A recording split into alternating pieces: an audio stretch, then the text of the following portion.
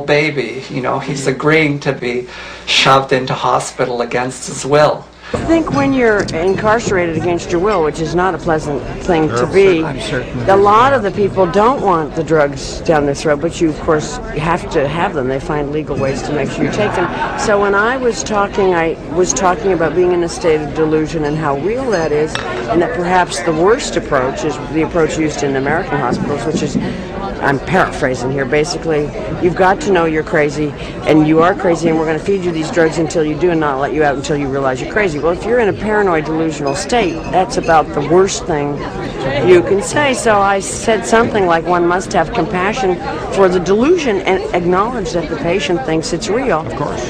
Well, about 3 psychiatrists came up afterwards and went, that's an interesting idea. And I thought, my God, what are they taught in school? The traditional treatment is drugs. Here I'm talking primarily about a class of drugs called tranquilizers, and they have been changing with time. They started out with simple phenothiazines, and now they are much more complicated. We also use, the classical treatment also includes antidepressants. In a small number of cases it may include anticonvulsants, but primarily it's drug-oriented therapy. And these drugs are very helpful. I certainly would have difficulty practicing without them. But in my experience, going back now until 1955, schizophrenic patients on drugs alone don't get well. It's very rare. Even the strongest proponent of drug therapy will maintain that less than 10% of their people ever go back to work. It's a very expensive disease. It destroys humanity, destroys people. It's a kind of living death because it strikes so early. It'll strike a young man who is 25 at the prime of his life, and he's finished. That is, if he is only given drugs. The drugs worked. They worked, but they also made me very lethargic, very tired. The side effects were uncountable. I felt horrible. I couldn't see straight. My eyes were blurry. I had artist dyskinesia, which was shaking. I started losing a lot of hope.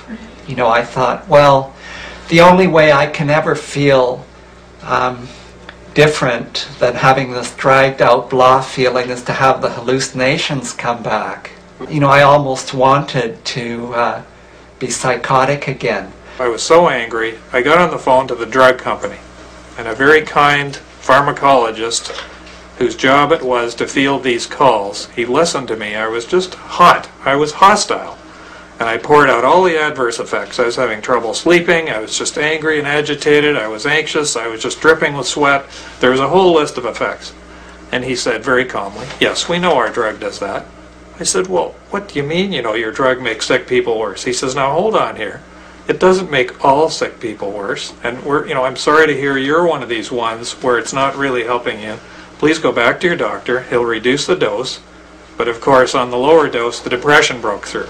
We have miracle medicines. They work extremely well in certain situations, so we use them in everything because we think that everything is going to be just as miraculous. And what we're seeing now is the damaging effects of those drugs.